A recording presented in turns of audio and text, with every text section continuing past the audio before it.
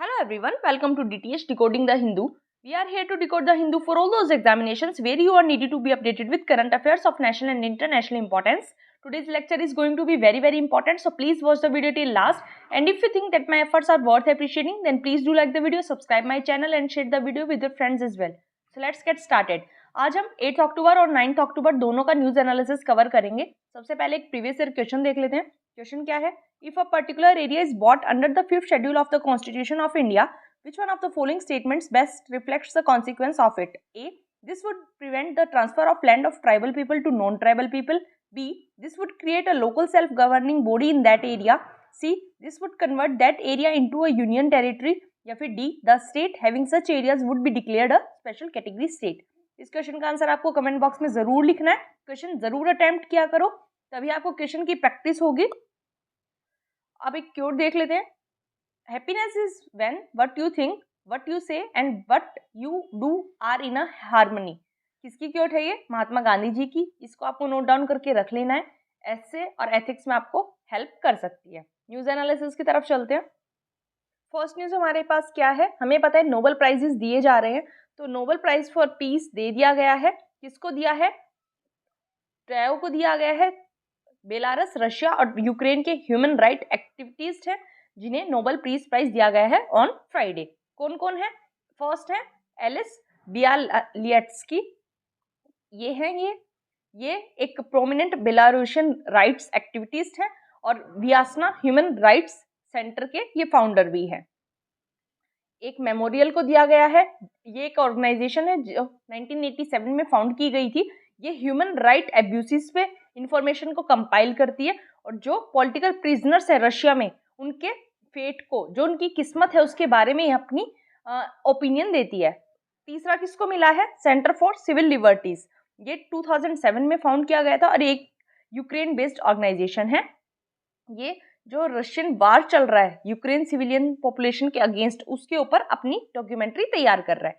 इन तीनों को Nobel peace prize दिया गया है. मैंने आपको बताया तीनों ये ह्यूमन राइट्स वॉचडॉग्स हैं और इन्होंने जो ये वॉर क्राइम हो रहा है इसको डॉक्यूमेंट करने में एक आउटस्टैंडिंग एफर्ट दिखाया है.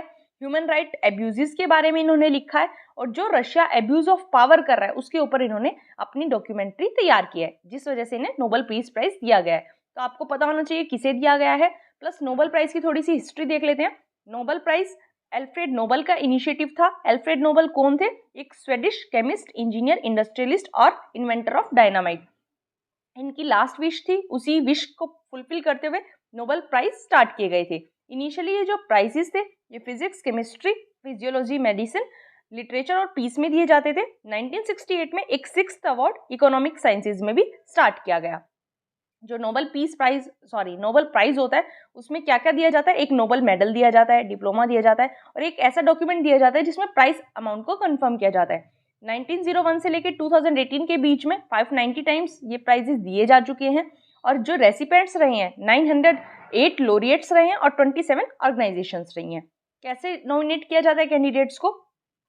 नोबेल कमेटी जो होती है और प्राइज अवार्डिंग इंस्टीट्यूशन की हर साल काफ़ी सारे thousands of academicians, university professor, scientist, Nobel laureates जो हैं प्रीवियस ईयर्स के उनको और पार्लियामेंट्री असेंबलीज के मेंबर्स, इन सभी को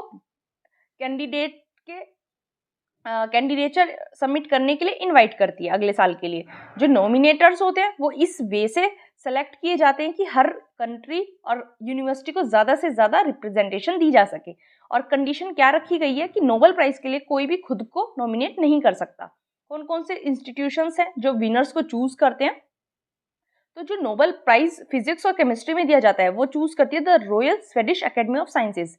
फिजियोलॉजी या मेडिसिन में द कारोलिंस्का इंस्टीट्यूट करता है. लिटरेचर में स्वीडिश अकेडमी चूज करती है. पीस प्राइज 5 मेंबर कमेटी जिसे नॉर्वेजियन पार्लियामेंट इलेक्ट करती है. और जो इकोनॉमिक साइंसेज में दिया जाता है उसको चूज करते हैं, उसके विनर्स को चूज करती है the royal Swedish academy of sciences.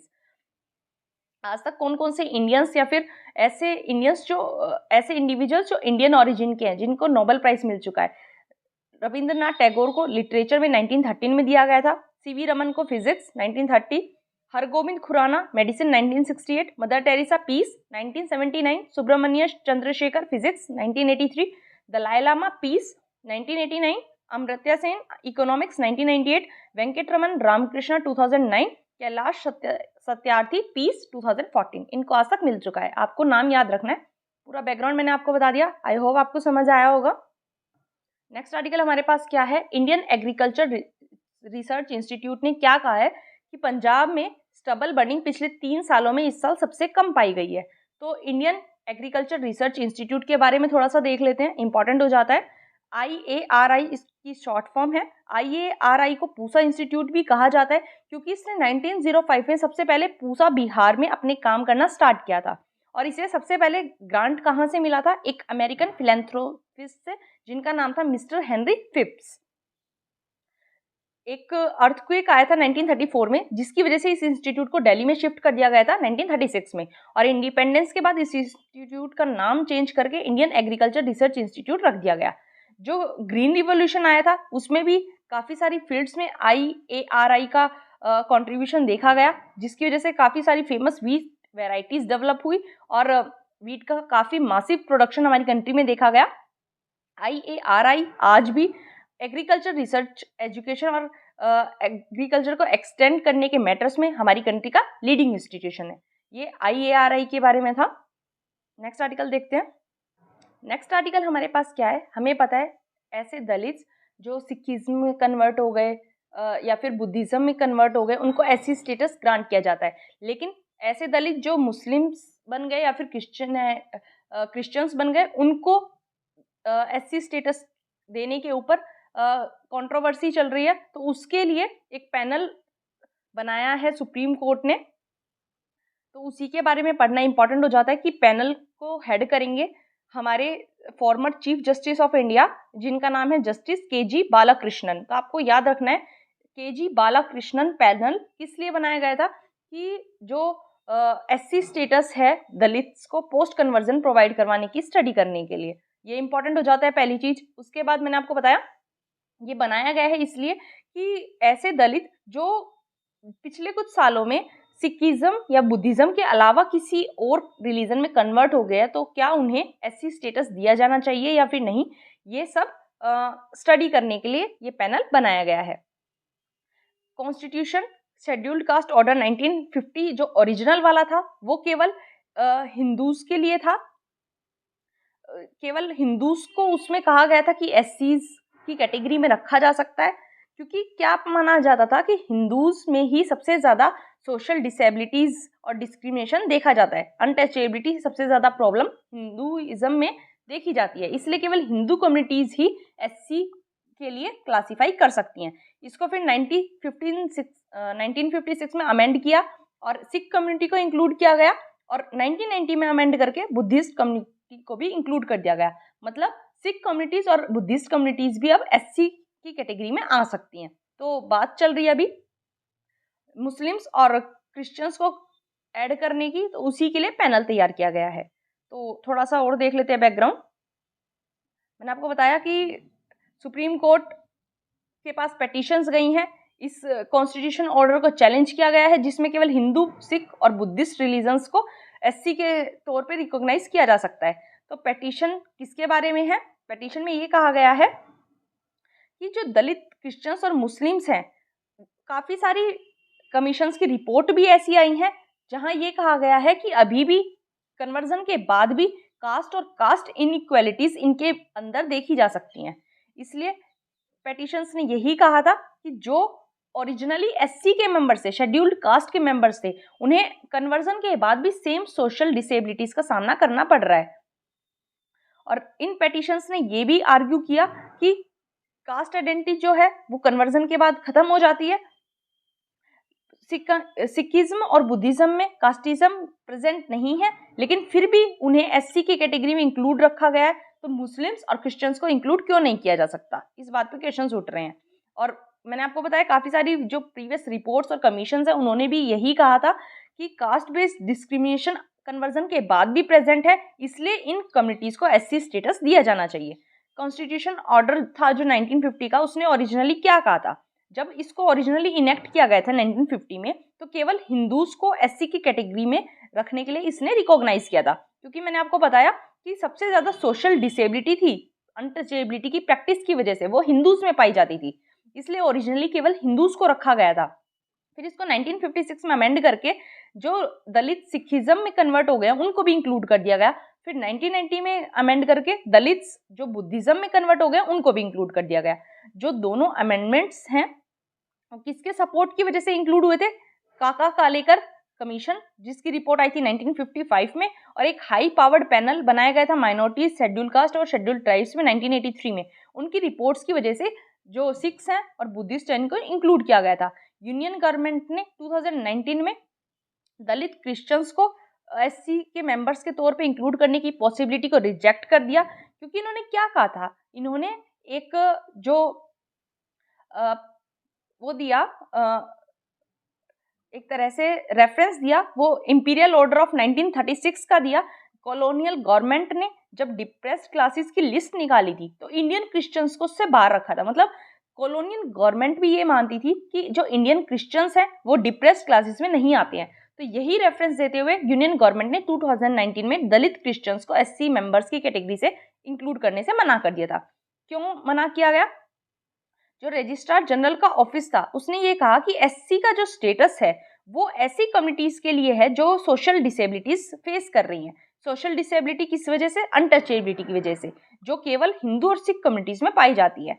इसलिए अगर ऐसा मूव लिया गया कि मतलब क्रिश्चियंस को भी ऐड किया गया तो इसकी वजह से एससीज की पॉपुलेशन कंट्री में काफ़ी बढ़ जाएगी। और रजिस्ट्रार जनरल ऑफ इंडिया ने ये भी कहा कि अनटचेबिलिटी का जो प्रैक्टिस है वो केवल हिंदू रिलीजन में था और हिंदू रिलीजन की ब्रांचेस में था। इसलिए अगर हम दलित मुस्लिम्स और दलित क्रिश्चियंस को एससी की कैटेगरी में इंक्लूड करते हैं तो इंटरनेशनल कम्युनिटी में एक मिसअंडरस्टैंडिंग बन जाएगी हमारे कंट्री के खिलाफ कि हम जबरदस्ती कास्ट सिस्टम को क्रिश्चियंस और मुस्लिम्स पे इम्पोज करना चाह रहे हैं। 2001 का एक नोट था जिसमें ये कहा गया था कि जो ऐसे क्रिश्चियंस और मुस्लिम हैं जो दलित ओरिजिन के हैं वो कन्वर्जन के बाद अपनी कास्ट आइडेंटिटी लॉस्ट कर चुके हैं, इसलिए उनकी नई जो रिलीजियस कम्युनिटी है क्रिश्चियनिटी और मुस्लिम्स इस्लाम उसमें अनटचेबिलिटी होती ही नहीं है, प्रेवलेंट है ही नहीं, तो इसलिए ऐसी कैटेगरी के लिए एलिजिबल नहीं होते हैं। क्या पहली बार इस मुद्दे पे बात हो रही है, इस इश्यू पे बात हो रही है?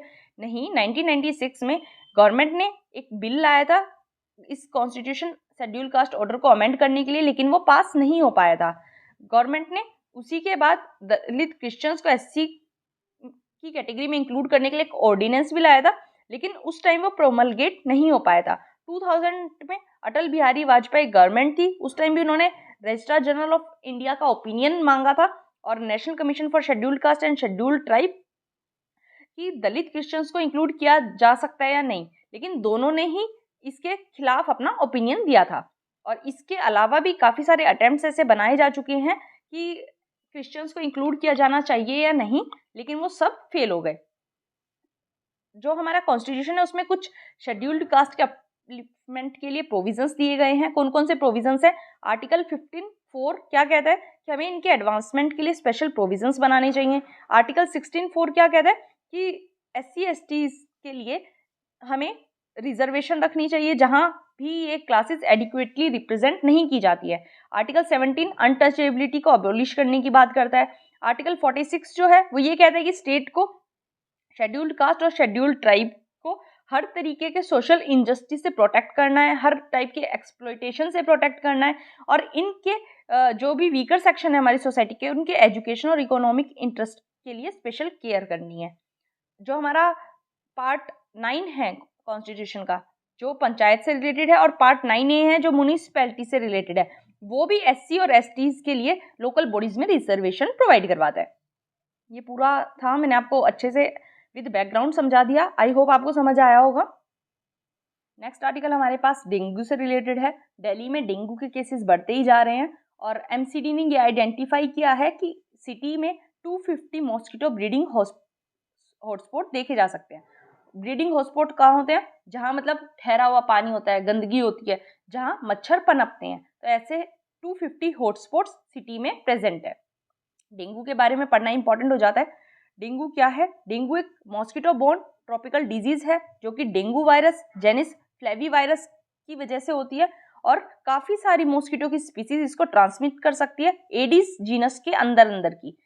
मेनली तो इसे एडिस इजिप्टी ट्रांसमिट करती है, लेकिन एडिस जो जीनस है उसी के अंदर काफ़ी सारी एडिस इजिप्टी के अलावा भी ऐसी स्पीसीज है जो इस डिजीज को ट्रांसमिट कर सकती हैं। इस मॉस्किटो की वजह से चिकनगुनिया, येलो फीवर और जीका इन्फेक्शन भी हो सकता है।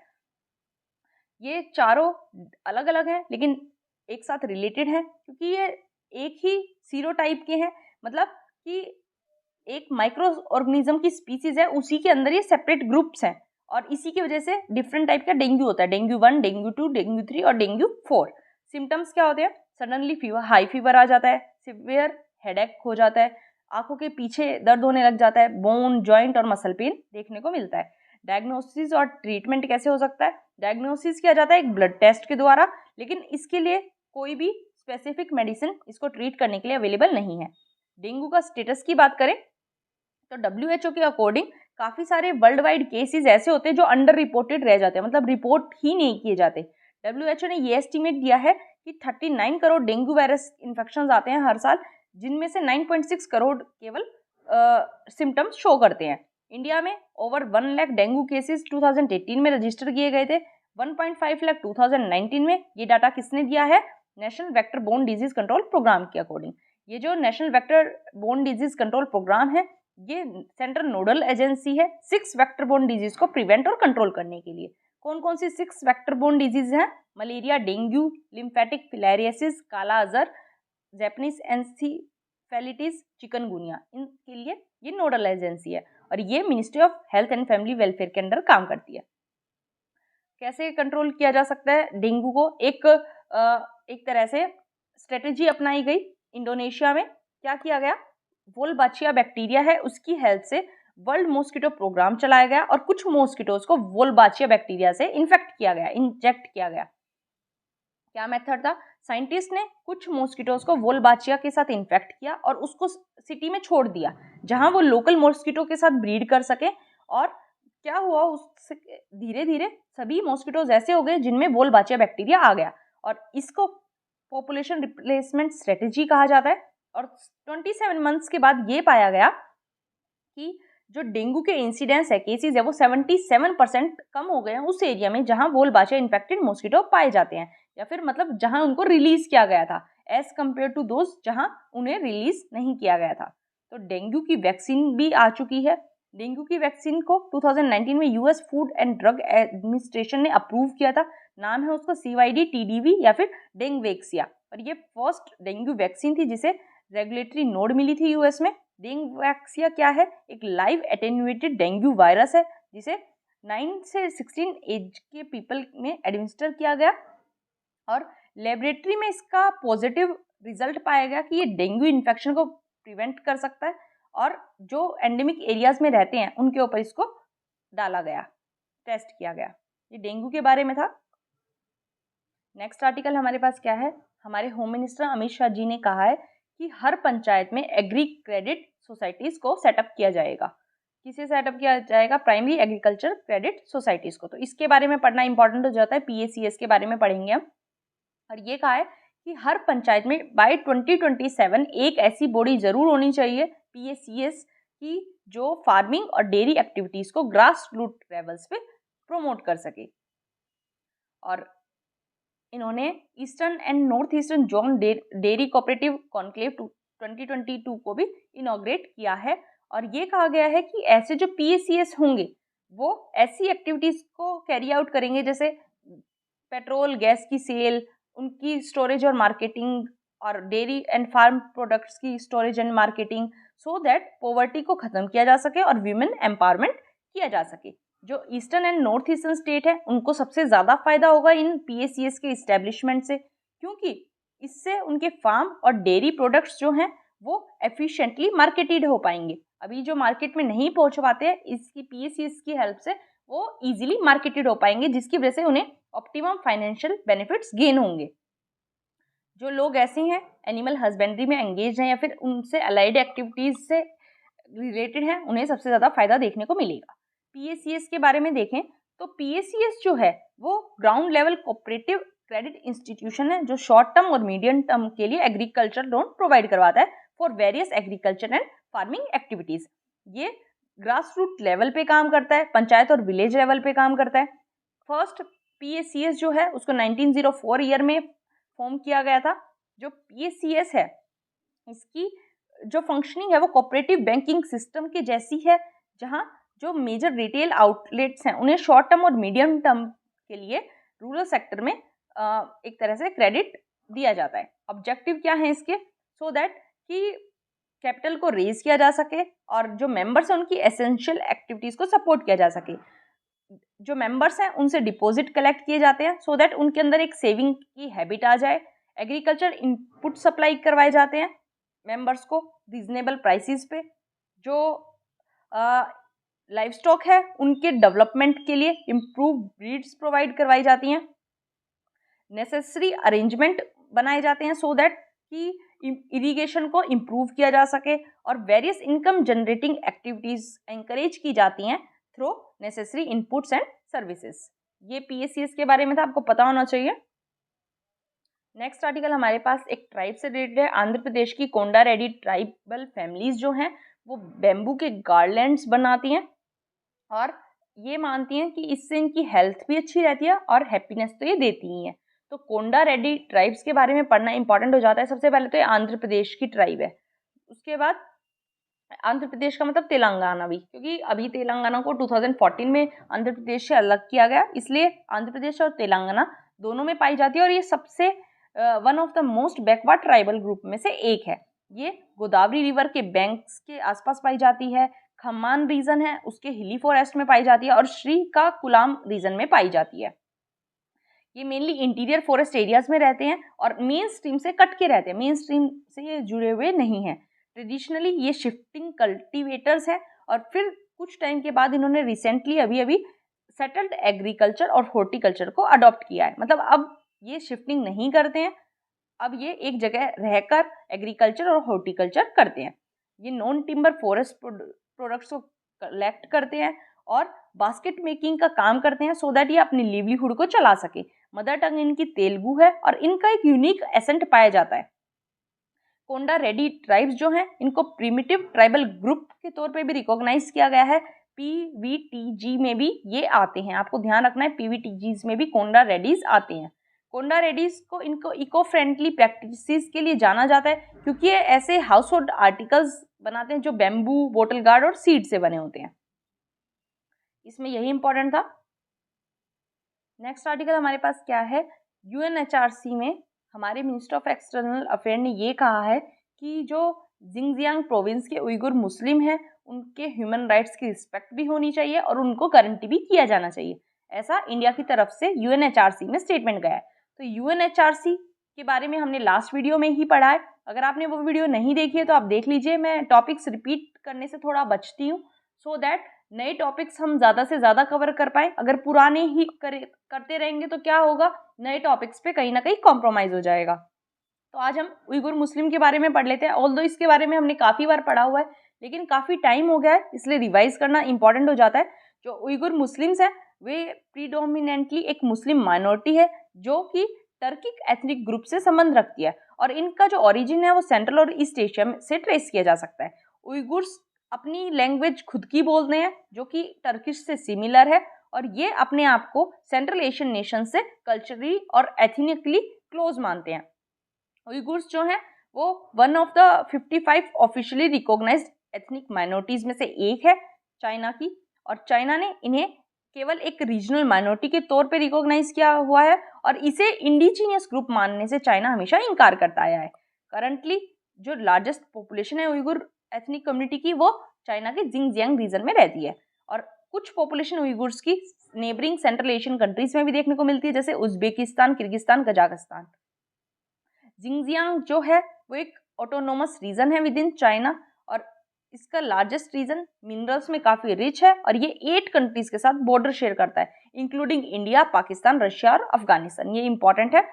जो उइगुर्स है पिछले कुछ डिकेड्स में जिंगजियांग प्रोविंस में इकोनॉमिक प्रोस्पेरिटी देखी गई है जिसकी वजह से जो हान चाइनीज हैं इसके लिए या बेटर जॉब्स के लिए यहाँ आ गए हैं और उइगुर्स अपना लिवलीहुड छोड़ने पे मजबूर हो गए हैं और उनकी आइडेंटिटी एक थ्रेट में आ गई है जिसकी वजह से 2009 में एक स्पोरेडिक वायलेंस भी देखा गया, जिसमें 200 पीपल किल कर दिए गए। ये जो रीजन है जिंगजियांग, इसका कैपिटल है उरुमकी। उसमें उइगुर मुस्लिम जो है वो काफ़ी डिकेड से चाइनीज़ गवर्नमेंट के फॉल्स एक्यूजेशन के अंडर रह रहे हैं। चाइनीज़ गवर्नमेंट इन्हें टेररिज्म और सेपरेटिज्म फैलाने वाले ट्राइब्स या फिर ग्रुप मानती है, और इनके ऊपर काफ़ी जुल्म भी किए जाते हैं। इन्हें परसिक्यूट किया जाता है, फोर्स डिटेंशन इनका किया जाता है, इंटेंस स्क्रूटिनी में इन्हें रखा जाता है, सर्विलियंस में रखा जाता है, और इन्हें कई बार स्लेवरी के लिए भी मजबूर किया जाता है। चाइना ने इन कैंप्स को एजुकेशन सेंटर्स कहा है, जहां उइगुर्स को एक्सट्रीमिस्ट थॉट से क्योर किया जाता है, रेडिकलाइजेशन खत्म किया जाता है, और इन्हें वोकेशनल स्किल्स सिखाई जाती है। चाइना ने यह भी क्लेम किया है कि उइगुर ग्रुप्स एक इंडिपेंडेंट स्टेट बनाना चाहते हैं, और उइगुर्स की हमें पता है अपने नेबर्स के साथ कल्चरल टाइज हैं, इसलिए ये एक सेपरेटिस्ट मूवमेंट स्टार्ट कर सकते हैं, जिसका खतरा चाइना को है। इस वजह से चाइना जो है वो इनके ऊपर थोड़ा सा स्ट्रिक्ट मेजर्स रखता है। ये चाइना की तरफ से स्टेटमेंट दी जाती है। ये इंपॉर्टेंट था, आपको पता होना चाहिए। नेक्स्ट आर्टिकल हमारे पास क्या है कि इंडिया G20 को एजुकेशन, क्लाइमेट और डेट सस्टेनेबिलिटी के ऊपर लीड कर सकता है। मतलब इन मैटर्स में हम एक बेटर लीडरशिप प्रोवाइड करवा सकते हैं, ऐसा वर्ल्ड बैंक के प्रेसिडेंट ने कहा है। तो G20 के बारे में देखना इंपॉर्टेंट हो जाता है। G20 को 1999 में फॉर्म किया गया था, जब 1990s में फाइनेंशियल क्राइसिस चल रहा था उस टाइम पे, और उस फाइनेंशियल क्राइसिस ने सबसे ज़्यादा ईस्ट एशिया और साउथ ईस्ट एशिया को हिट किया था, हमें पता है। इसका एम क्या था कि मिडिल इनकम कंट्रीज में एक secure global financial stability provide करवाई जा सके। और साथ में मिलके जो G20 कंट्रीज हैं, ये टोटल वर्ल्ड की 60% पॉपुलेशन को इंक्लूड करती है, ग्लोबल जीडीपी का 80% और ग्लोबल ट्रेड का 75% G20 होल्ड करती है। मेंबर्स कौन कौन है इसके? Argentina, Australia, Brazil, Canada, China, France, Germany, India, Indonesia, Italy, Japan, Republic of Korea, Mexico, Russia, Saudi Arabia, south Africa, Turkey, UK, US और EU। ये आपको पता होना चाहिए, मेंबर्स आपको याद रखने हैं। स्पेन को एक परमानेंट गेस्ट के तौर पे इनवाइट किया जाता है इसमें। प्रेसिडेंसी की बात करें तो प्रेसिडेंसी G20 की हर साल इसके मेंबर्स के बीच में रोटेट होती रहती है। जो कंट्री प्रेसिडेंसी होल्ड करती है उससे प्रीवियस वाली कंट्री और उससे नेक्स्ट प्रेसिडेंसी होल्डर, उन तीनों को ट्राइका कहा जाता है। इटली, इंडोनेशिया और इंडिया ट्राइका कंट्रीज हैं, क्योंकि अभी करंटली इंडोनेशिया के पास प्रेसिडेंसी है, इंडिया के पास आने वाली है और उसके बाद जाएगी इटली के पास। तो ये तीनों कंट्रीज ट्राइका हो जाती है। मैंडेट क्या है G20 का? G20 का कोई भी परमानेंट सेक्रेटेरिएट नहीं है, ये आपको पता होना चाहिए। जो एजेंडा और काम है G20 का, वो उसके मेंबर्स के द्वारा कोऑर्डिनेट किया जाता है, जिन्हें शेरपास कहा जाता है। मतलब कोई भी कंट्री है उसको रिप्रेजेंट करेंगे उनके शेरपास, जो कि उनके फाइनेंस मिनिस्टर्स और गवर्नर्स के साथ मिलकर काम करते हैं।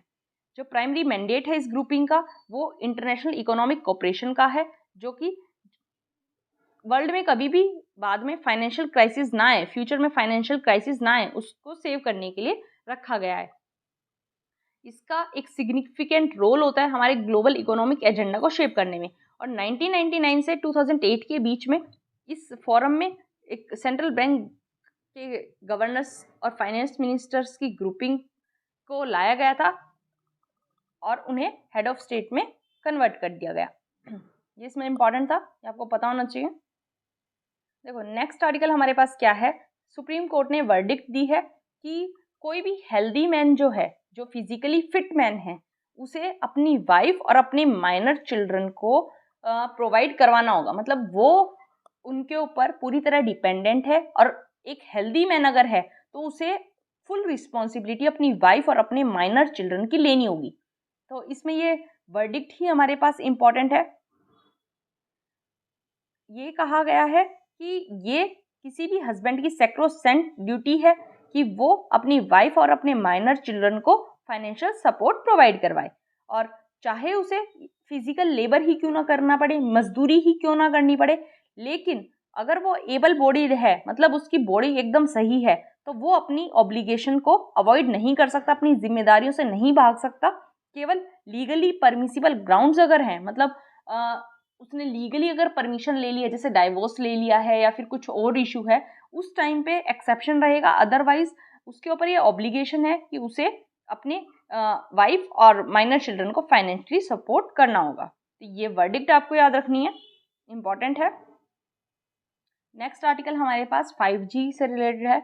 ये कहा गया है कि ऑल्दो 5G सर्विसेज में 10 टाइम्स फास्टर इंटरनेट स्पीड देखने को मिलेंगी, 8K की मूवीज़ जो होंगी वो सेकंड्स में हम डाउनलोड कर पाएंगे और एक बेटर क्वालिटी गेमिंग एक्सपीरियंस हमें देखने को मिलेगा। ये सभी इसके बेनिफिट्स हैं, लेकिन lack of affordable devices, high tariffs और एक्सपेंसिव हैंडसेट्स, इनकी वजह से 5G सर्विसेज का अडॉप्शन थोड़ा डिले हो सकता है। मतलब एक साइड बेनिफिट्स हैं, लेकिन कुछ चीज़ें ऐसी है जैसे एक्सपेंसिव हैंडसेट्स, हाई टैरिफ्स, इनकी वजह से हो सकता है कि हमारी कंट्री में 5G कंट्रीज़ का अडॉप्शन थोड़ा सा डिले हो जाए। तो 5G के बारे में एक बार थोड़ा सा देख लेते हैं। 5G 5th generation mobile network है। ये सेलुलर टेक्नोलॉजी की नेक्स्ट जनरेशन है, जिसकी वजह से हमें फास्टर और मोर रिलायबल कम्युनिकेशन का मौका मिलेगा with ultra low latency.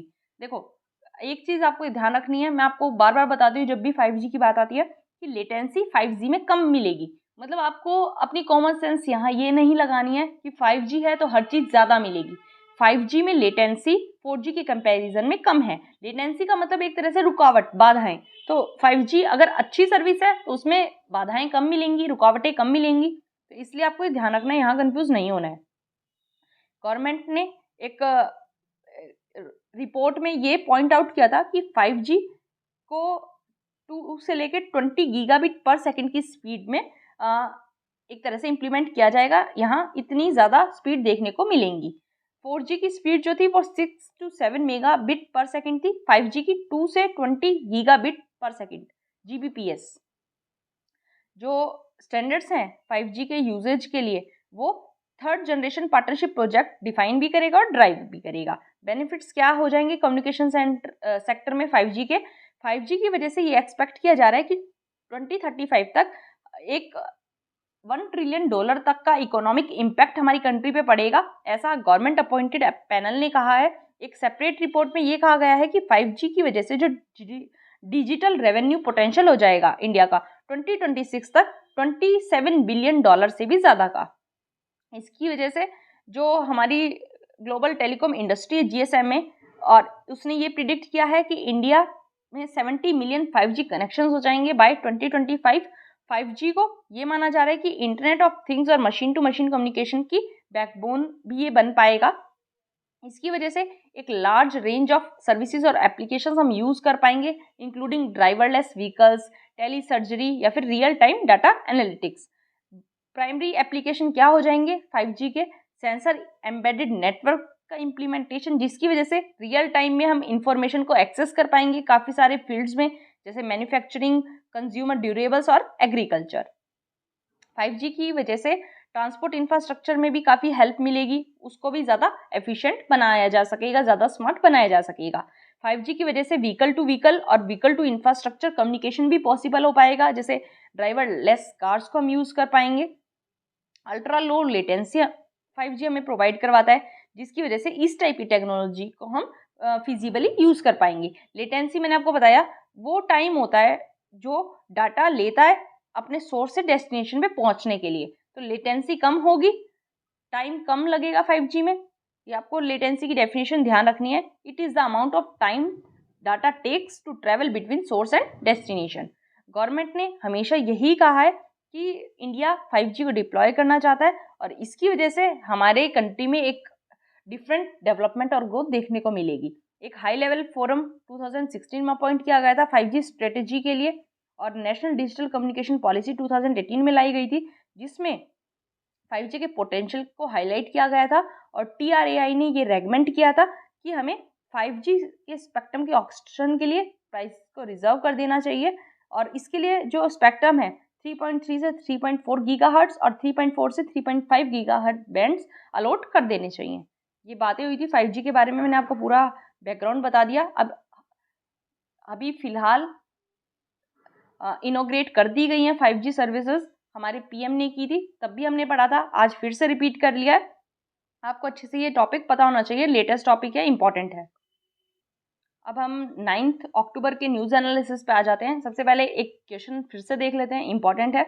With the present state of development, artificial intelligence can effectively do which of the following? 1. bring down electricity consumption in industrial units. 2. Create meaningful short stories and songs. 3. Disease diagnosis. 4. Text to speech conversion. 5. Wireless transmission of electrical energy. Select the correct answer using the code given below. A 1, 2, 3 and 5 only. B 1, 3 and 4 only. C 2, 4 and 5 only. या फिर D 1, 2, 3, 4, 5. आपको बताना है इस question का answer क्या होगा. Question easy है कि आर्टिफिशियल इंटेलिजेंस की हेल्प से आज के टाइम पे हम इनमें से क्या क्या कर सकते हैं. तो आपको इसका क्वेश्चन का आंसर जरूर लिखना है कमेंट बॉक्स में. न्यूज एनालिसिस की तरफ चलें तो सबसे पहले न्यूज क्या है कि रशिया को क्रीमिया से जोड़ने वाला जो आर्टीरियल लिंक था वहां ब्लास्ट हुआ है और वो बुरी तरह से डैमेज हो गया है. लेकिन उसके बाद भी कुछ टाइम के 10 घंटे बाद ही वहां एक लिमिटेड रोड ट्रैफिक रिज्यूम कर दिया गया और रेल ट्रैफिक है वो एक दिन के बाद स्टार्ट करने की एक्सपेक्टेशन रखी गई. तो ये जो ब्रिज है ये कर्च स्टेट पे लोकेटेड है, इसलिए मैंने ये टॉपिक उठाया कि कर्च स्टेट के बारे में आपको थोड़ा सा बता दूं. आपको जाके मैप में इसकी लोकेशन ज़रूर देखनी है. थ्योरी में आपको बता देती हूँ कर्च स्टेट की इंपॉर्टेंस क्या है. कर्च स्टेट ब्लैक सी और सी ऑफ अजोव के बीच में केवल इकलौता कनेक्शन है, तो इसलिए ये काफ़ी इंपॉर्टेंट हो जाता है. और जो दो इम्पॉर्टेंट यूक्रेनियन पोर्ट्स हैं मैरियुपोल और बर्डियांस्क, इन दोनों पे पहुंचने का इकलौता रास्ता है कर्च स्टेट, इसलिए इंपॉर्टेंट हो जाता है. रशिया ने इसको 2014 में जब क्रीमिया को अनेक्स किया था तभी से इस स्टेट को कंट्रोल कर लिया था. और इसमें जो ट्रैफिक है वो यूक्रेनियन शिप्स के लिए काफ़ी दिक्कत पैदा कर देता है. ब्लैक सी के बारे में बात आई है तो ब्लैक सी की बात करें. ब्लैक सी साउथ ईस्ट में लोकेटेड है यूरोप के. और कौन कौन सी कंट्रीज इसको बॉर्डर करती हैं. यूक्रेन करती है नॉर्थ में, रशिया नॉर्थ ईस्ट में, जॉर्जिया ईस्ट में, टर्की साउथ में, बुल्गारिया और रोमानिया वेस्ट में. तो ये आपको याद रखना है कि ब्लैक सी को कौन कौन सी कंट्रीज बॉर्डर करती हैं. ये इंपॉर्टेंट था, आपको जाके मैप में इसकी लोकेशन ज़रूर देखनी है. मैं आपको यहाँ दिखा दूंगी तो आप एफर्ट नहीं लेंगे, आपको खुद से भी एफर्ट करने हैं सो दैट आप चीज़ों को लंबे समय तक याद रख पाएँ. तो नेक्स्ट आर्टिकल हमारे पास बहुत इंपॉर्टेंट है. इसमें हमें पता है शिवसेना की 2 फैक्शंस बन चुकी हैं, तो उनके बीच में टसल चल रही थी कि कौन सेना का नेम और सिंबल को यूज़ करेगा.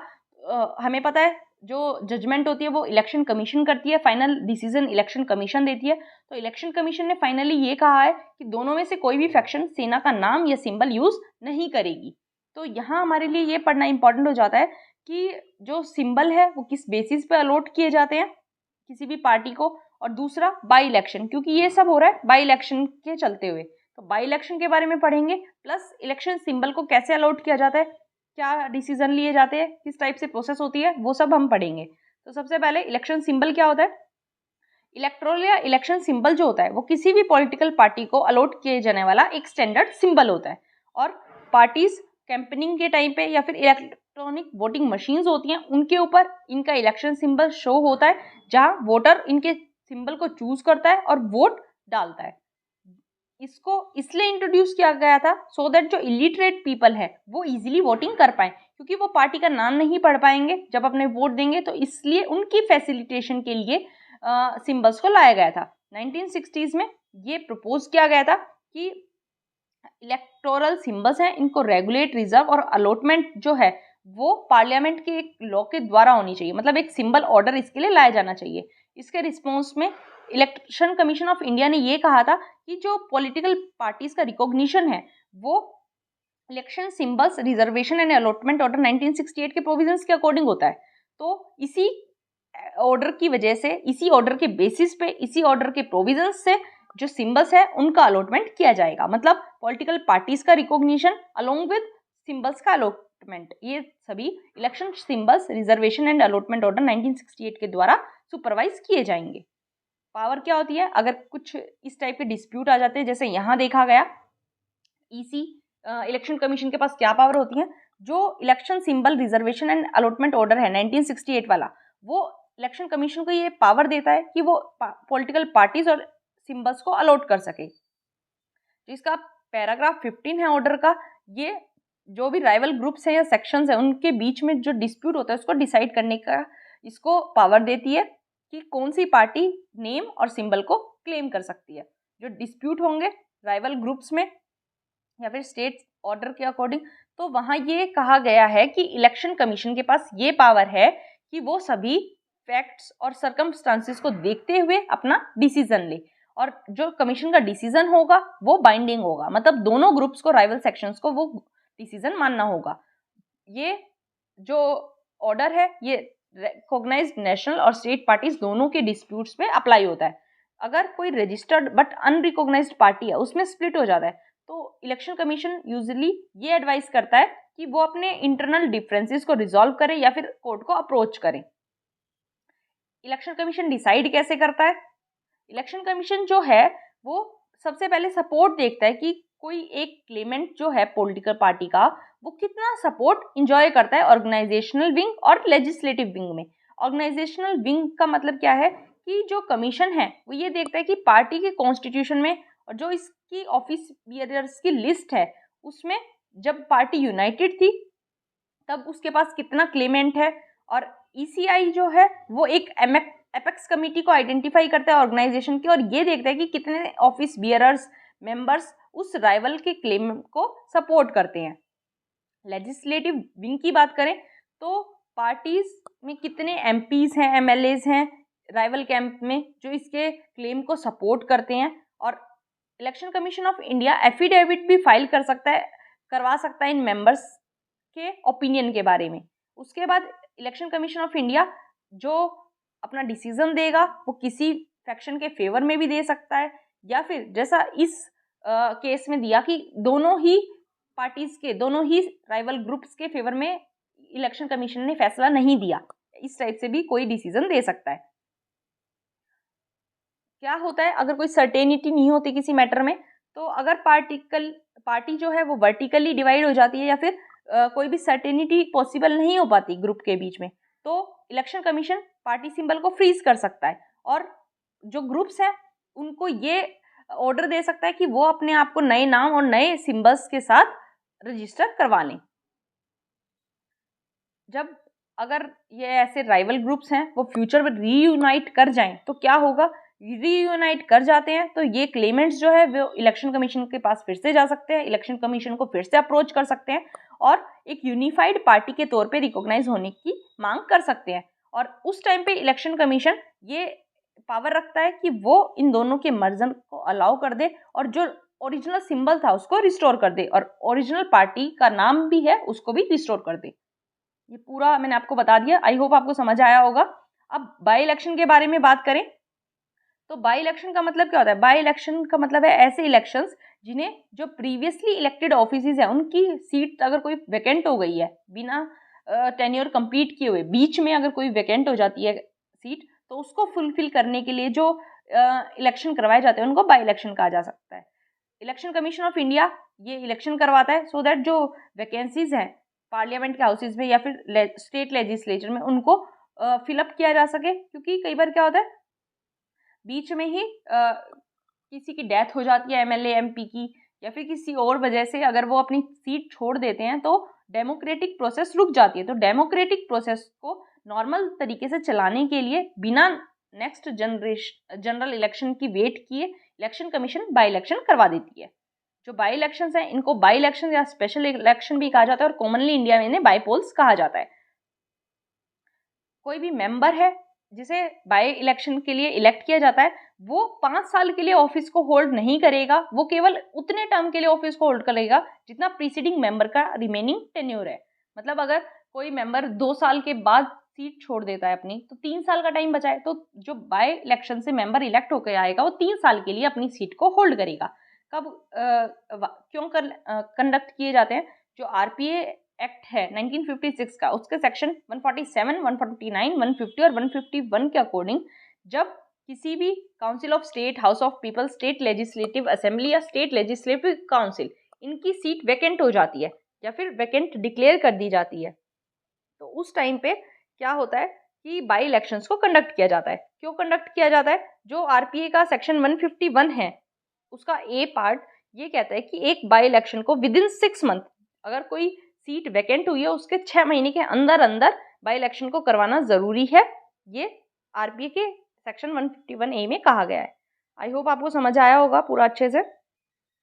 नेक्स्ट आर्टिकल हमारे पास क्या है कि पार्टी के लीडर्स वाइको और अलागिरी ने तमिलनाडु के गवर्नर के ऊपर ये रिमार्क दिया है जो उन्होंने थिरुकुर्राल के बारे में कहा था वो उनके ऊपर क्वेश्चन उठा रहे हैं कि गवर्नर जो हैं वो राइट विंग ऑर्गेनाइजेशंस को प्रमोट कर रहे हैं स्टेट में, और स्टेट में हिंदुत्व के आइडल्स को प्रमोट कर रहे हैं, ऐसा वाइगो ने कहा है, जो कि MDMK के जनरल सेक्रेटरी हैं। तो यहाँ हमारे पास थिरुकुर्राल के बारे में पढ़ना इंपॉर्टेंट हो जाता है। थिरुकुर्राल, जिसको कुराल भी कहा जाता है, ये क्लासिक तमिल लैंग्वेज का टेक्स्ट है जिसमें 1330 शॉर्ट कपलेट से 7 वर्ड्स हैं, जिसमें हर एक में, या फिर जिन्हें कुराल्स भी कहा जाता है। ये जो टेक्स्ट है ये 3 बुक्स में डिवाइड किया गया है, और 3 बुक्स में एक बुक है जो वर्च्यू पे है, एक वेल्थ पे और तीसरी लव पे। ये एथिक्स और मोरालिटी पे one of the greatest work माना गया है, और ये अपनी यूनिवर्सैलिटी और सेक्युलर नेचर के लिए भी जाना जाता है। इसकी जो ऑथरशिप है उसको मेनली वल्लुवर, या फिर जिन्हें थिरुवल्लुवर भी कहा जाता है, उनको एट्रीब्यूट की जाती है। मतलब ये माना जाता है कि थिरुवल्लुवर ने थिरुकुर्राल को लिखा था। इस टेक्स्ट की डेटिंग 300 BCE से लेके 5 सेंचुरी CE तक की जाती है। जो ट्रेडिशनल अकाउंट्स हैं वो इसे थर्ड संगम का लास्ट वर्क मानते हैं, लेकिन कुछ लिंग्विस्टिक एनालिसिस ये सजेस्ट करते हैं कि ये 450 से 500 CE के बीच में कंपोज किया गया था, और इसे संगम पीरियड के बाद में कंपोज किया गया। और ये जो थिरुकुर्राल है ये नॉन वायलेंस और मोरल वेजिटेरियनिज्म को प्रमोट करता है। ये truthfulness, self restraint, gratitude, hospitality, kindness, goodness of wife, duty, giving, इसी टाइप की बातों पे जोर देता है। और सोशल और पॉलिटिकल टॉपिक्स कवर करने के साथ साथ पॉलिटिकल टॉपिक्स जैसे king, minister, taxes, justice, forts, war, greatness of army, soldiers, honour, death sentence, agriculture, education, abstinence from alcohol, intoxicant, सबके ऊपर इसके ऊपर बात की जाती है इस टेक्स्ट में। इसमें फ्रेंडशिप, लव, सेक्सुअल यूनियन और डोमेस्टिक लाइफ के बारे में भी चैप्टर्स इंक्लूडेड हैं। मतलब एक तरह से देखा जाए तो सोशल और पॉलिटिकल टॉपिक्स सभी इसमें इंक्लूड किए गए हैं। ये इंपॉर्टेंट था इसलिए मैंने आपको बता दिया। नेक्स्ट आर्टिकल हमारे पास क्या है कि जो विजुअली चैलेंज्ड पर्सन्स हैं, जो देख नहीं सकते, उनके लिए ऑडियो वीवीपैट स्लिप्स इंट्रोड्यूस करने की बात की गई थी। तो उसके ऊपर डिबेट चल रहा है कि क्या विजुअली चैलेंज्ड पर्सन्स के लिए ऑडियो वीवीपैट स्लिप्स इंट्रोड्यूस करनी चाहिए या नहीं। पूरा कॉन्सेप्ट समझ लेते हैं। सजेशन ये दी गई थी कि इमेज टेक्स्ट टू स्पीच, जिसे ITTS भी कहा जाता है, ऐसा सॉफ्टवेयर है, इसको EVM के साथ जोड़ देना चाहिए और वीवीपैट मशीन्स के साथ इसको जोड़ देना चाहिए, जो कि इलेक्शन के लिए यूज की जाती हैं। उससे क्या होगा, सो दैट कि ऐसे वोटर्स जो हैं जिन्हें साइट डिसेबिलिटी है, जो अच्छे से देख नहीं सकते, वो अपना राइट टू वोट एक्सरसाइज कर सकते हैं एक ऑटोनोमस और इंडिपेंडेंट मैनर से, मतलब बिना किसी की हेल्प से, with the means of verification. मतलब वेरिफिकेशन भी कर पाएंगे वीवीपैट के साथ अगर इसको जोड़ दिया जाएगा। तो जैसे वीवीपैट में आम लोग वेरीफाई कर पाते हैं अपने वोट को, तो विजुअली चैलेंज पर्सन भी अपना वोट वेरीफाई करवा पाएंगे। ITTS डिवाइस जो है वो ऑटोमेटिक तरीके से काम करेगा, और एक बार जब वोटर अपना वोट कास्ट कर दे उसके बाद वो एक्टिवेट हो जाएगा और वीवीपैट अपनी स्लिप प्रिंट कर देगा। और ये भी कहा गया है कि एक कैमरा भी होना चाहिए जिसमें पेपर ट्रायल के मोशन का सेंसेस रिकॉर्ड किया जा सके, और OCR को वो एक्टिवेट कर दे। OCR क्या है, ऑप्टिकल कैरेक्टर रिकॉग्निशन को वो एक्टिवेट कर दे, जिसकी वजह से जो इमेजेस का टेक्स्ट में कन्वर्जन है वो मशीन एनकोडेड टेक्स्ट में कन्वर्ट हो जाए। जो टेक्स्ट होगा फिर उसके बाद वो स्पीच में कन्वर्ट कर दिया जाएगा, जो कि वोटर हेडफोन के थ्रू सुन सकेगा। मतलब जो विजुअली चैलेंज पर्सन है वो वीवीपैट में देख तो सकता ही नहीं है कि क्या उसने वोट दिया है और क्या लास्ट में दिख रहा है वीवीपैट में, तो उसे एक हेडफोन की हेल्प से वो सुनाई दे जाएगा कि वीवीपैट में क्या आया है। वो मतलब टेक्स्ट जो है वो स्पीच में कन्वर्ट हो जाएगा। ये प्रैक्टिस लाने की बात की जा रही है फॉर विजुअली चैलेंज पर्सन। तो वीवीपैट के बारे में थोड़ा सा पढ़ लेते हैं। जो वीवीपैट है इसकी फुल फॉर्म है voter verifiable paper audit trial. ये एक ऐसा मेथड है जो वोटर्स को फीडबैक प्रोवाइड करवाता है using a ballotless voting system. VVPAT एक इंडिपेंडेंट प्रिंटर सिस्टम है जिसे EVM के साथ अटैच किया गया, और इसकी वजह से वोटर्स अपने वोट्स को आइडेंटिफाई या फिर वेरीफाई कर सकते हैं कि जिसको वो वोट देना चाहते थे उसी के पास वोट गया है या नहीं। इसमें क्या होता है, एक पेपर स्लिप जनरेट हो जाती है जब भी एक वोटर अपना वोट कास्ट करता है और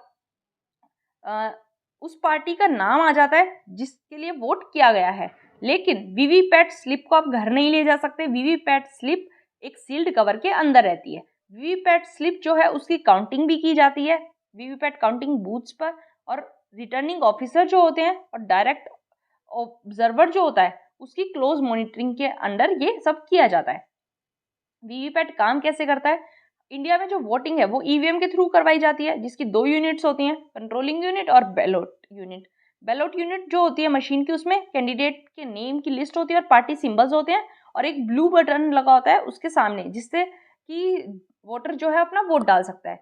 वोटर बटन को प्रेस करता है जिस भी कैंडिडेट को वो चूज करना चाहता है। जब वोटर वोट कास्ट करता है ईवीएम पे, तो वीवीपैट जो है वो एक प्रिंटर लाइक अपैरेटस है जो कि ईवीएम के साथ लिंक किया गया है। वो सीरियल नंबर शो करता है, नेम शो करता है और कैंडिडेट का सिंबल शो करता है, पार्टी का सिंबल शो करता है। आपको ध्यान रखना है कैंडिडेट की फोटो शो नहीं की जाती है और इस स्लिप के साथ वोटर जो है वो अपना वोट वेरीफाई करवा सकता है। वीवीपैट स्लिप केवल 7 सेकंड के लिए शो की जाती है, उसके बाद वो ऑटोमेटिकली कट जाती है। एक बार स्लिप शो हो जाए उसके बाद वो कट के एक ड्रॉप बॉक्स में डल जाती है जो कि वीवीपैट मशीन में लगा होता है। उसके बाद आपको एक बीप सुनाई देगी जिससे आपको पता चल जाएगा कि आपका वोट कास्ट हो चुका है। वीवीपैट मशीन जो है उन्हें केवल इलेक्शन ऑफिसर्स ही एक्सेस कर सकते हैं, वो भी rarest of the rare cases में। सिग्निफिकेंस क्या है या फिर क्या जरूरत है हमें वीवीपैट की? वीवीपैट की वजह से जो इलेक्शन फ्रॉड होता है या फिर ईवीएम में माल फंक्शनिंग होती है उसको डिटेक्ट किया जा सकता है। ये इलेक्ट्रॉनिक रिजल्ट को स्टोर करने का मतलब ऑडिट करने का एक तरीका प्रोवाइड करवाती है और इसकी वजह से जो वोट्स को कई बार चेंज कर दिया जाता है या डिस्ट्रॉय कर दिया जाता है तो उसमें ये एक एडिशनल बैरियर का काम करती है। ईवीएम जो भी वीवीपैट के साथ लगी हुई होती है उसकी वजह से वोटिंग सिस्टम में एक्यूरेसी देखी जाती है, फुल ट्रांसपेरेंसी देखी जाती है और जिसकी वजह से वोटर्स का कॉन्फिडेंस इसमें बढ़ जाता है। जो ईवीएम और वीवीपैट है वो इलेक्शन प्रोसेस को भी फास्ट कर देते हैं क्योंकि ईवीएम काफ़ी कम टाइम लेते हैं वोट काउंटिंग में ज़्यादा देन पेपर बैलोट्स। मतलब पेपर बैलोट काफ़ी ज़्यादा टाइम लगता था उनको काउंट करने में, लेकिन ईवीएम की हेल्प से काउंटिंग वाला काम काफ़ी कम टाइम में होने लग गया है। ये इसके बारे में पूरा था। आई होप आपको समझ आया होगा। नेक्स्ट आर्टिकल हमारे पास क्या है, हमें पता है ओपीसी प्लस कंट्रीज ने ये कहा था कि वो ऑयल सप्लाई को कट कर देंगे। तो हमारे हरदीप पुरी जी जो हमारे मिनिस्टर हैं उन्होंने ये कहा है कि इस कट से भी हम कॉन्फिडेंटली नेविगेट कर जाएंगे, मतलब इस सिचुएशन को भी हम इफेक्टिवली डील कर सकेंगे। तो ओपीईसी प्लस के बारे में पढ़ना इंपॉर्टेंट हो जाता है। जो ऐसी कंट्रीज जो नॉन ओपीईसी कंट्रीज हैं लेकिन क्रूड ऑयल को एक्सपोर्ट करती है उनको ओपीईसी प्लस कंट्रीज कहा जाता है। कौन कौन सी कंट्रीज है नॉन ओपीसी, मतलब ओपीसी प्लस में कौन कौन सी कंट्रीज आती हैं? Azerbaijan, Bahrain, Brunei, Kazakhstan, Malaysia, Mexico, Oman, Russia, south Sudan और सुदान, ये सभी ओपीईसी प्लस का मेंबर है। ओपीईसी के बारे में देख लेते हैं। जो ओपीईसी है ये एक परमानेंट इंटर गवर्नमेंटल ऑर्गेनाइजेशन है जो कि 1960 में बगदाद कॉन्फ्रेंस में क्रिएट की गई थी by Iran, Iraq, Kuwait, Saudi और वेनेजुएला। इन 5 कंट्रीज ने मिलकर 1960 में इसको क्रिएट किया था। इसका एम ये था कि ऑयल सप्लाई को मैनेज किया जाए और उसके वर्ल्ड मार्केट में प्राइस सेट किए जाएं सो दैट कोई भी फ्लक्चुएशन को अवॉइड किया जा सके जिससे प्रोड्यूसिंग और परचेसिंग कंट्रीज की इकोनॉमी अफेक्ट होती है। हेडक्वार्टर ओपीसी के वीना ऑस्ट्रिया में पाए जाते हैं। ओपीसी की मेंबरशिप उन सभी कंट्रीज के लिए ओपन है जो कि ऑयल के सब्सटेंशियल एक्सपोर्टर हैं और जिनके आइडियल्स जो हैं वो ऑर्गेनाइजेशन के आइडियल्स के साथ मैच होते हैं। गैबोन ने अपनी मेंबरशिप 1995 में टर्मिनेट कर दी थी लेकिन इसने 2016 में ऑर्गेनाइजेशन को फिर से ज्वाइन कर लिया। 2019 के अकॉर्डिंग ओपीसी में 14 मेंबर कंट्रीज थी, Iran, Iraq, Kuwait, UAE, Saudi, Algeria, Libya, Nigeria, Gabon, Equatorial Guinea, Republic of Congo, Angola, Ecuador और वेनेजुएला। ये सभी ओपीसी के मेंबर थे 2019 में। चेंज होता रहता है तो मैं आपको बता दूंगी, इसमें यही इंपॉर्टेंट था।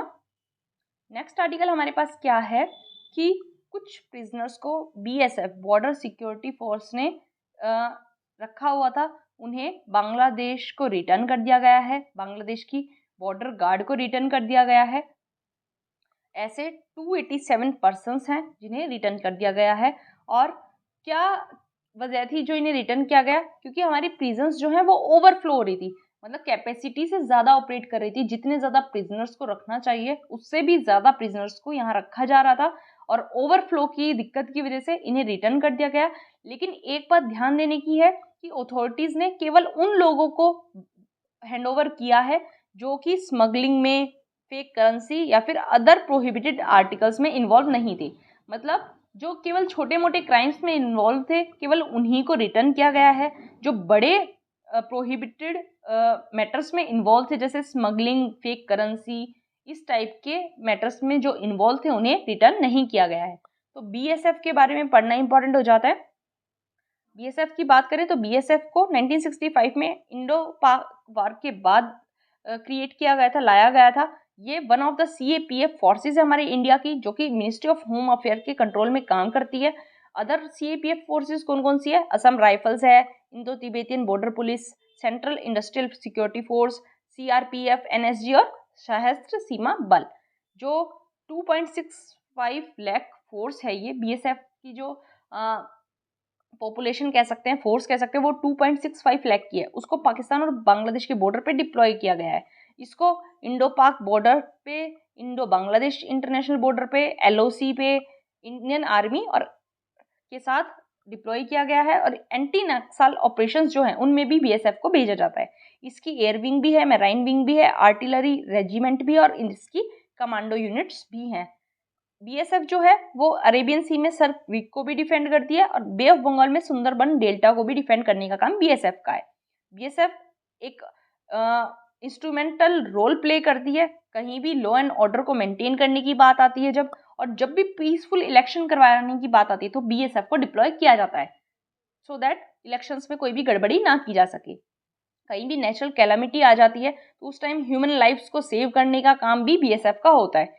हमारी बीएसएफ की एक large contingent UN peace keeping mission में भी सर्व करती है हर साल।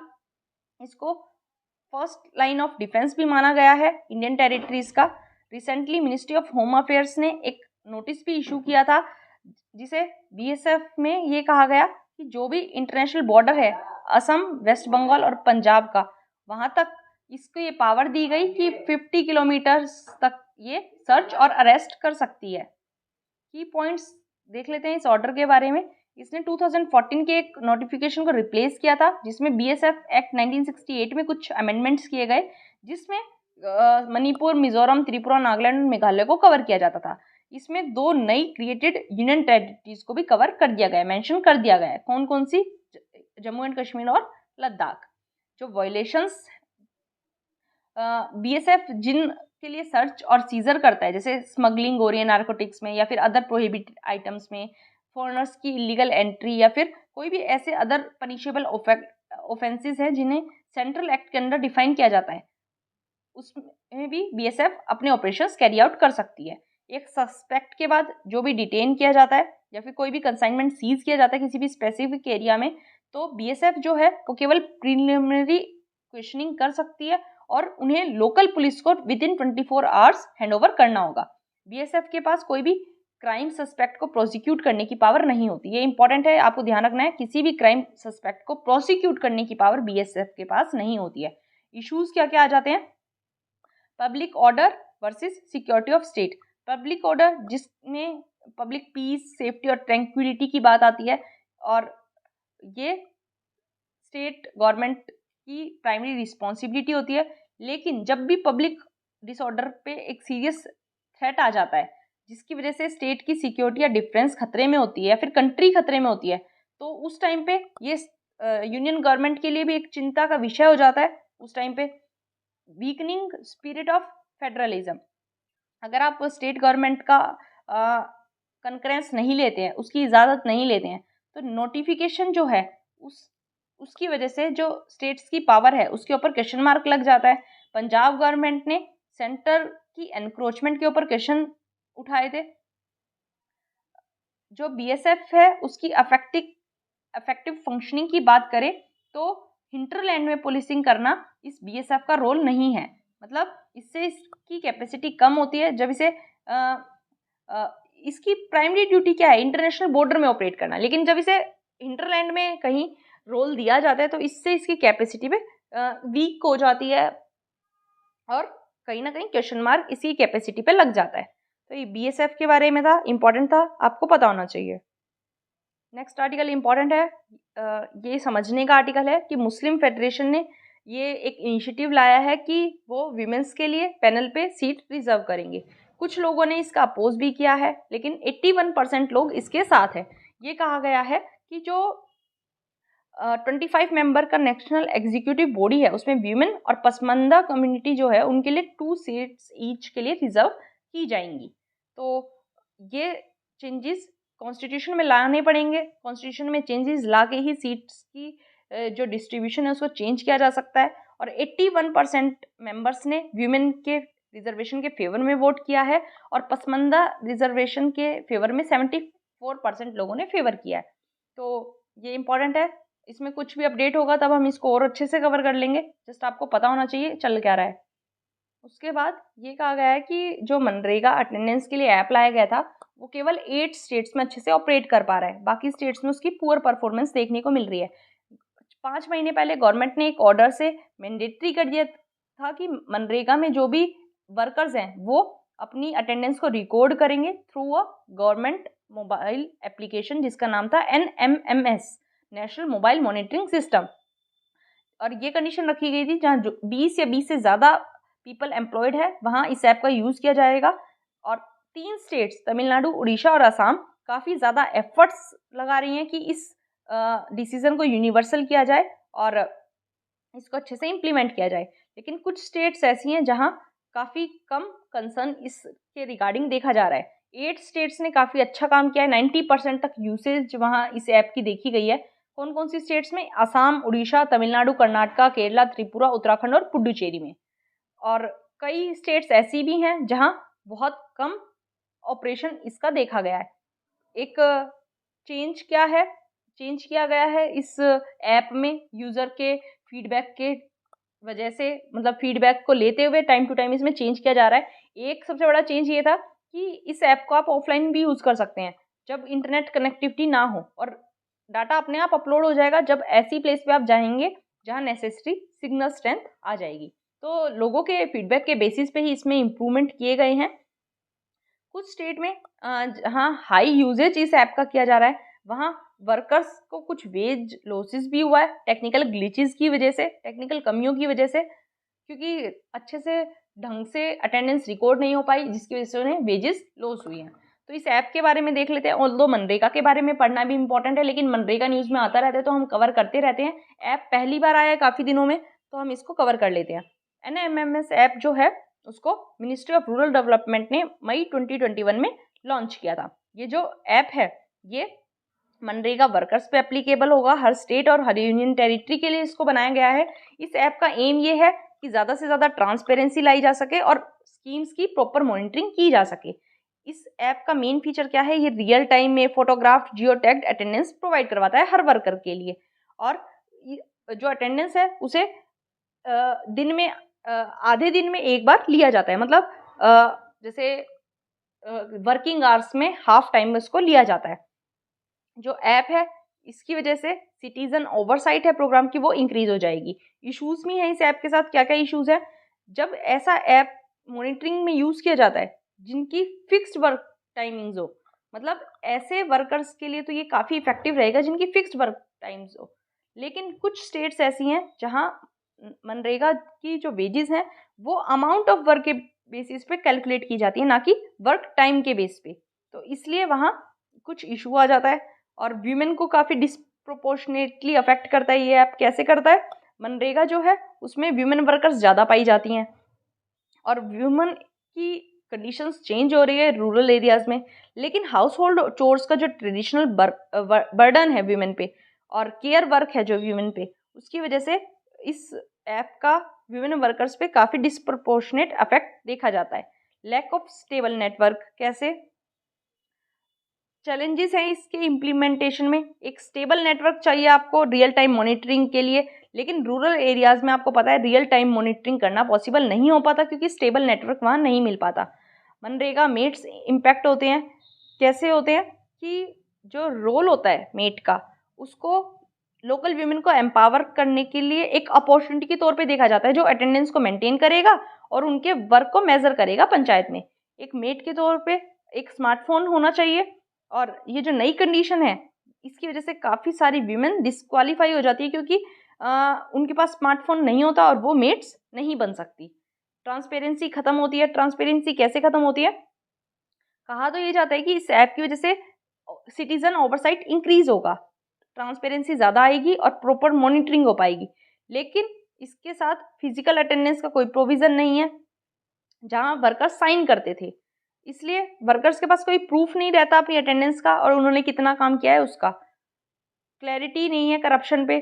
जो NMMS में रियल टाइम में जियो टैग्ड अटेंडेंस होती है, वो करप्शन, उसमें करप्शन भी किया जा सकता है, डाटा के साथ छेड़खानी की जा सकती है और मैग्नीट्यूड ऑफ करप्शन को हम अंदाज़ा नहीं लगा जा सकते कि इसमें कितना करप्शन हो सकता है। कोई पैरामीटर्स नहीं रखे गए हैं इस ऐप की परफॉर्मेंस को एक्सेस करने के लिए, ट्रांसपेरेंसी को एक्सेस करने के लिए, या फिर प्रोसेस्ड पेमेंट्स को क्विक करने के लिए। तो ये सभी इसमें इश्यूज़ हैं। इन इश्यूज़ को टैकल करके इस ऐप को बेटर बनाया जा सकता है। इसमें यही इंपॉर्टेंट था। हमारे पास नेक्स्ट और लास्ट आर्टिकल क्या है? चंद्रयान 2 ने मून सर्विस पे सोडियम कंटेंट गॉज किया है। तो देख लेते हैं पूरा। चंद्रयान 2 में एक क्लास इंस्ट्रूमेंट लगाया गया था, जो large area soft X ray spectrometer था, उसको क्लास इंस्ट्रूमेंट कहा गया। और ये ऐसा पहला एफर्ट था जो एक ग्लोबल स्केल पे मेजरमेंट प्रोवाइड करवाएगा सोडियम की on the lunar surface using X ray fluorescent spectra. X ray fluorescent spectra की हेल्प से हम लूनार सरफेस पे कितना सोडियम है वो मेजर कर पाए। कैसे यूज किया गया इस एक्सरे फ्लोरेंस मेथड को? ये जो एक्सरे फ्लोरेंस मेथड है, इसको मेनली जो भी मटेरियल्स हैं उनकी कंपोजिशन की स्टडी करने के लिए यूज किया जाता है। जब सन से सोलर फ्लेयर्स निकलती हैं, उस टाइम पे एक एक्सरे रेडिएशन की लार्ज अमाउंट निकलती है और वो मून के ऊपर गिरती है, जिसकी वजह से एक्सरे फ्लोरेंस होता है। और ये क्लास जो है इंस्ट्रूमेंट, ये इसी एनर्जी को मेजर करेगा जो एक्सरे फोटोन से निकलेंगी। एक्सरे फोटोन्स कहाँ से निकलेंगे? मून से। और उनके टोटल नंबर को भी काउंट करेगा और उनसे जो एनर्जी निकल रही है उसको भी मेजर करेगा। जो एनर्जी होगी फोटोन की, वो एटम और उसकी इंटेंसिटी का मेजर होगी कि कितने एटम्स वहाँ प्रेजेंट है।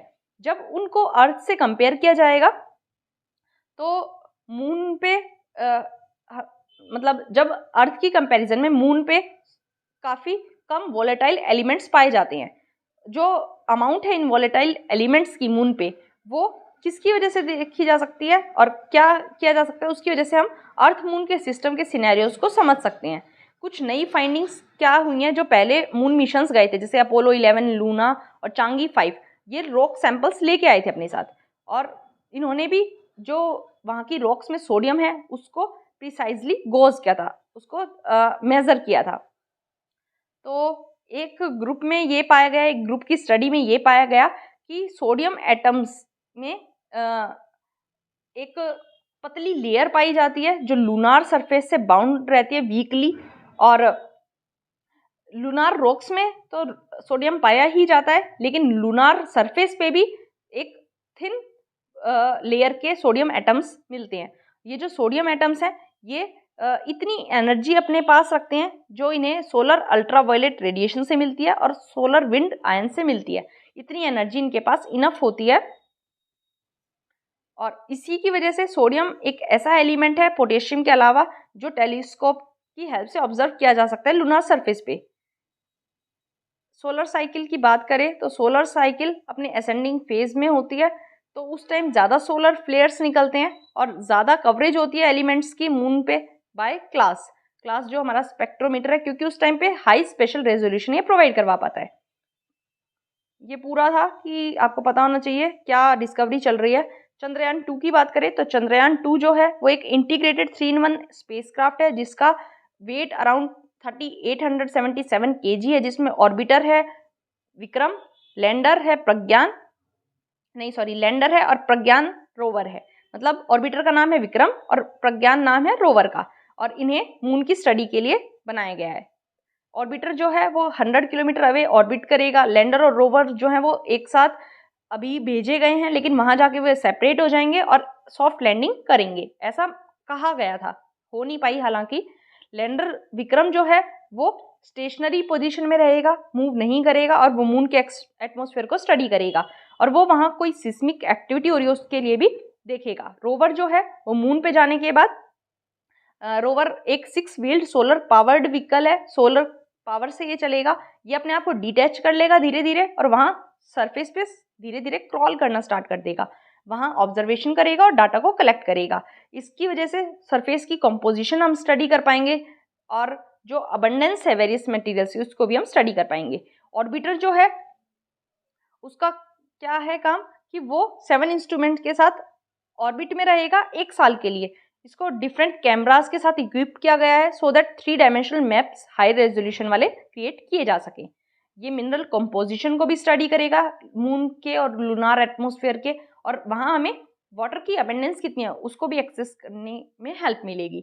ये मिशन सीक्वेंस जो थी इसमें earthbound manoeuvres, translunar injection, series of lunar burns, lander separation, lander descent, touchdown, subsequent rover rolling lander, ये सभी इंक्लूड था। ये सारे स्टेप्स हैं कि स्टेप्स क्या क्या होने थे। तो ये पुराना टॉपिक है, 2019 का है। मैंने आपको जस्ट एक आइडिया दे दिया, थोड़ा सा रिमेंबर करवा दिया। वोकैबुलरी के वर्ड्स देख लेते हैं। 2 वर्ड्स हैं हमारे पास। फ्रेनेटिक, फ्रेनेटिक का मतलब है कट्टर, फेनेटिकल या फिर डॉगमेटिक। दूसरा वर्ड है पार्बोइल, जलाना, बर्न। तो ये दोनों वर्ड्स आपको याद रखने हैं। वोकैबुलरी आपकी धीरे धीरे इंप्रूव हो जाएगी। तो ये था न्यूज़ एनालिसिस 8 अक्टूबर और 9 अक्टूबर का। अगर आपको हेल्पफुल लगता है तो वीडियो को लाइक ज़रूर कर दें और चैनल को सब्सक्राइब कर लें और वीडियो को ज़्यादा से ज़्यादा शेयर करें। Thank you so much.